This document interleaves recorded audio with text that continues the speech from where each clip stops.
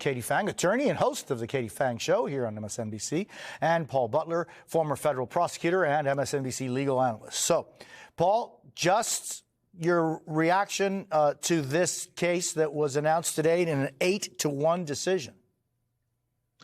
The court support for gun rights is not unconditional. Jose, this is a common sense decision.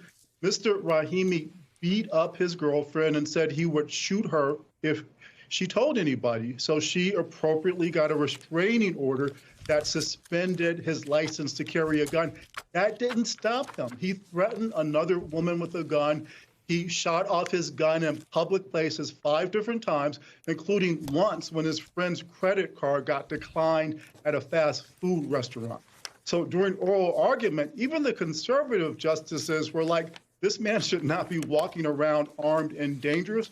The question was, how legally did the court reach that result, giving its very expansive interpretation of the Second Amendment? So 8 justices found a way, or actually several different ways, which explains why there are 3 different opinions in support of the result, in addition to Justice Thomas's dissent.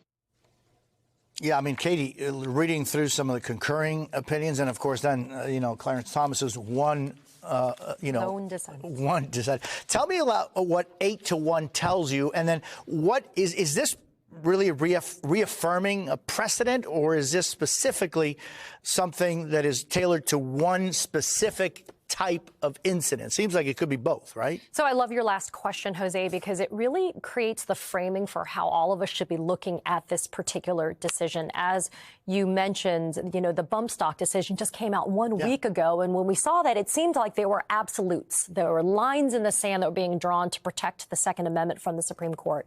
But when you see an 8-1 decision, it gives you cause for pause, because it makes you kind of question this whole kind of ideological battle that we think is going on in the halls of the, revered Supreme Court. But then when you look at something like the dissent from Justice Thomas, he is speaking in absolutes. Clarence Thomas is saying that the Second Amendment is reverent and you cannot touch it in any way. An absolute. And so he obviously is the lone dissent. But the reason why it creates conflict, Jose, and the reason why this is just going to be the beginning of a series of what could be inconsistent opinions from the highest court in our land, is you look at the language in the majority opinion that was drafted by Chief Justice Roberts. He actually uses the phrase common sense. And my esteemed colleague, Paul Butler, just talked about how this is a common sense decision. And this is the collision that you and I talk about all the time, Jose, which is how much ground do we cede to common sense? How much ground does the Supreme Court cede to the development of time and the evolution of principles and ideas? Of course, somebody like this man, Rahimi, should not have his hands on a weapon. But according to Clarence Thomas, because the Second Amendment is an absolute constitutional right, it can never be infringed in any way. But the majority opinion and the concurrences make it clear that because, quote, the precedents were not meant to suggest a law trapped in amber. That says to us, Jose, that there should be differing opinions that come out depending upon the facts in a case. But it's concerning, Jose, because the Supreme Court doesn't take any and all Second Amendment challenges, do they? They don't. They're very selective about what they grant cert. They pick and choose what they want.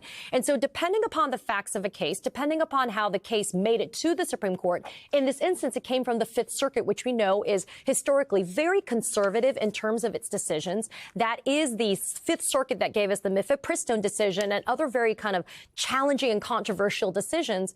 Depending upon how that case makes it to the doorsteps of SCOTUS, and we talked about this last week with bump stocks, that is how we end up having the precedent. And so I see a very deep divide actually in SCOTUS that is not just on ideological grounds, but how do we as Supreme Court justices interpret precedent? Yeah, and Paul, but I want to ask you this first, Katie. So there's the Coney Barrett and her explanation of things. There certainly is a change, there a difference there between obviously how she perceives it and how Thomas perceives it, right? Is that kind of what you're talking about? And then add, like, what I was fascinated by Ketanji Jackson's, she says, we should also be mindful of how its legal standards are actually playing out in real life. And that's so important because these decisions don't live in a vacuum. These decisions from the highest corner of the land control how you and I live our lives, and all Americans do, because that is the final say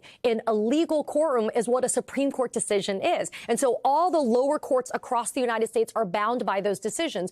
These are not decisions in a vacuum. Rahimi getting his hands on a firearm is a recipe for disaster. It is literally a bomb waiting to go off or a gun waiting to fire. And so that is why when you look at somebody like Clarence Thomas or other decisions that seem to fly in the face of common sense, it makes you wonder, what is the purpose of the Supreme Court anymore? What is the reason why this place exists with lifetime appointed justices that make rules and laws that end up binding all of us to what they decide to be? And I think, again, you're going to see you had November 7th, 2023 oral arguments. We're sitting here in June, the end of June of 2024. Right. The reason why it took so long is you see all of the majority opinion, the concurrences, and the dissent. This is lengthy. It's 103 pages all in, Jose, for what it is.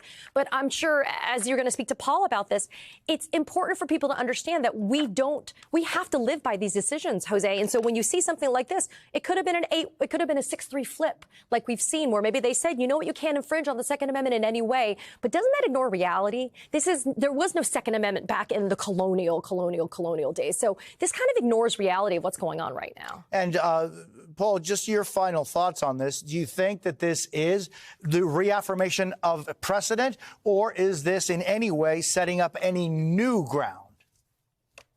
It's pushing back on precedent, especially Justice Thomas's opinion in the Bruen case a couple of years ago, where he said that for any gun regulation to survive a Second Amendment challenge, it has to fall within the history and tradition of firearm regulation. Justice Jackson really comes for Justice Thomas in her concurring opinion. She points out domestic violence wasn't even recognized as a crime until relatively recently. So it's not going to be something that the court could look to 1700 or 1800 and figure out what the law was on it then. So there's an exception apparently created today to that original analysis if someone with a gun is a danger to others. But as you pointed out, last week, the court allowed basically anybody who wants to have a machine gun to have one. And again, that's a person who also potentially could be a danger. So I think what we're seeing is the court struggling with this conservative Second Amendment ideology versus public safety and common sense. And the court still hasn't come up with a way to reconcile those two tensions. Katie Phang and Paul Butler, thank you very much. Stay with us if you would.